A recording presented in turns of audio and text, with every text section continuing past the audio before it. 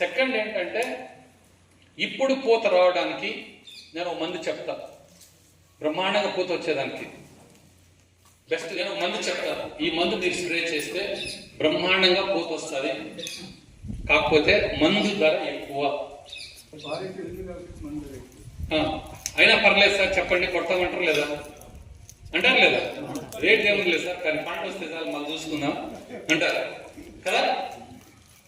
పూత తెప్పించడానికి ఇప్పుడు తెప్పించడానికి మందులు లేవు. మీకు ఎవరైనా చెప్తే కూడా అబద్ధం. మీరు అనుకుంటుంటారు ఆ పక్కన మందు కొట్టినాడు, వాళ్ళ పూత వచ్చేసింది, మన మందు కొట్ల ఇంకా అందుకే పూత రాలేదు. అవునా లేదా? నేను మర్చిపోతా, నాకు చెప్పినా ఏమైనా చేస్తాను, నేను చెప్పేది ఒకటే కదా. ఇప్పుడు చాలా మంది మీలో ఏమనుకుంటుంటారంటే, చాలా మంది అరే పక్కన ఏమో పూత వచ్చేసింది, మన ఇంకా పూత రాలా, ఏం విషయం అంటే ఆయన మందు కొట్టినాడు, మనం మందు కొట్టలేదు, మన మందు కొట్టలేదు కాబట్టి పూత రాలా.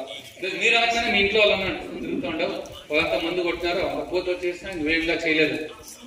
బట్ మందు కొట్టిన దానివల్ల పూత రాలేదు. దయచేసి గుర్తుపెట్టుకోండి. పూత దేని వల్ల వస్తుందంటే, కాయలు కోసిన తర్వాత, కాయలు కోసిన వెంటనే మీరు కొన్ని పనులు తోటలో చేయాలి. వెంటనే కాయలు కోసిన వెంటనే, సపోజ్ ఈరోజు కాయలు కోసేకపోతే మరుసటి రోజు కొన్ని పనులు చేయాలి. అది మీరు ఎంత త్వరగా చేశారు, మరుసటి రోజు చేశారా, వారం రోజులు చేశారా, నెల రోజులు చేసినారా, ఎంత త్వరగా చేసినారనే దాన్ని బట్టి, ఎంత బాగా చేశారనే దాన్ని బట్టి పంట వస్తుంది. ఇప్పుడు చేసిన దాని వల్ల పంట రాదు. దయచేసి గుర్తుపెట్టుకోండి. ఇప్పటికిప్పుడు మీరు మందులు ఏది వాడినా పంట రాదు. ఒకవేళ అది కాకుండా వేరేటి ఏ పనులు చేసినా కూడా పూత రాదు. ఇప్పుడు అలాంటి ప్రక్రియ చెట్లు లేదు. నవంబర్ డిసెంబర్లో మీరు చేసే పనుల వల్ల పూత వచ్చేదానికి ఒకే ఒక కార్యక్రమం ఉంటుంది, అది చెప్తా తర్వాత. బట్ దేని మీద ఆధారపడి ఉంటుంది అంటే, మీరు జూన్ జూలైలో కాయలు కోసిన వెంటనే ఏం చేశారు మీ తోటలో, ఎంత బాగా చేశారు, దాన్ని ఆధారం చేసుకొని మీకు పంట వస్తుంది. ఎలా అంటే, కాయలు కోస్తానే కొమ్మలు కత్తిరించాలి. కొమ్మలు కత్తిరించడం అంటే కింద ట్రాక్టర్ పై దానికి కొమ్మలు కత్తిరించేది కాదు. చెట్లు బాగా గాలి వెలుతురు చూపేటట్లు కొమ్మలు కత్తిరించాలి. మధ్యాహ్నం ఎండ చెట్టు మీద పడేటట్లు కొమ్మలు కత్తిరించాలి. ఒకవేళ ఏదైనా ఒక్కొక్క కొమ్మ బాగా గుబురుగా ఉందంటే దాంట్లో కూడా మధ్యలో కొమ్మ తీసేసి ఆడ కూడా లైట్ పడేటట్లు కొమ్మలు కత్తిరించాలి. కొమ్మల కత్తిరింపులు అనేది మామిడిలో నెక్స్ట్ ఇయర్ డిసైడ్ చేస్తుంది. కొమ్మల కత్తిరింపులే డిసైడ్ చేస్తుంది, వేరేటి కాదు.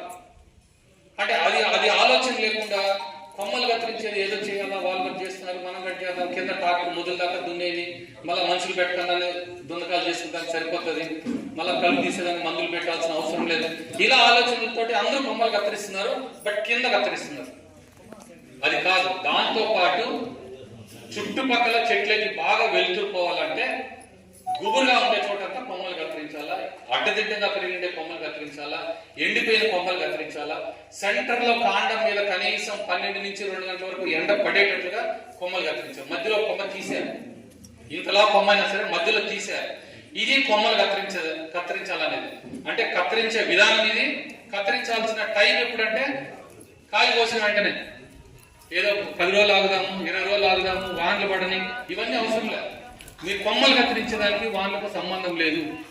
మీరు కానీ బాగా కొమ్మలు కత్తిరించినారనుకోండి, ఏమైతుంది మీకు తెలుసు. కొమ్మలు కత్తిరిస్తే వెంటనే ఏమైతుంది, ఇగుర్లు వస్తాయి కదా.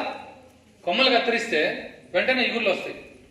మీరు బాగా కొమ్మలు కత్తిరించినారనుకోండి, ఎప్పుడన్నా మీరు తోటలో ఏదో ఒక కారణం వల్ల చెట్టు ఇరిగిపోయింది అనుకోండి సగం, ఆ చెట్టు మీద గమనించండి ఎన్ని ఇగుర్లు వచ్చింటాయి. అవునా? లేదా ఒకసారి కరెంట్ లైన్ వాళ్ళు కొమ్మలు కత్తిరిస్తారు, కత్తిరిన ఆ చెట్టు చూడండి ఎన్ని ఇగుర్లు వస్తాయి. మీరు ప్రూనింగ్ బాగా చేస్తే కొత్త ఇగుర్లు చాలా వస్తాయి, ఒకేసారి వస్తాయి. ఒకేసారి కానీ మీరు ఇగుర్లు తెప్పించుకుంటే, మీరు జూలైలో కొమ్మలు కత్తిరిస్తున్నారు, జూన్లో కొమ్మలు కత్తిరిస్తున్నారు, జూలైలో ఇగుర్లు వచ్చేస్తాయి. ఆ వచ్చే ఇగురు కానీ ఒకేసారి కానీ మీరు మందులు 2 సార్లు కన్నా ఎక్కువ కొట్టాల్సిన పనిలేదు. ఒకేసారి ఇగురు వస్తాయి మీ తోట. జూలైలోనే ఇగురు వచ్చింది అనుకోండి, మీరు 2 సార్లు తప్ప 3వసారి కూడా మందు కొట్టాల్సిన అవసరం లేదు. ఎందుకు అవసరం లేదు? ఒకేసారి పోత వస్తుంది. ఒకేసారి పోత వస్తే పిండి పట్టేదానికి ఎన్ని రోజులు పడుతుంది?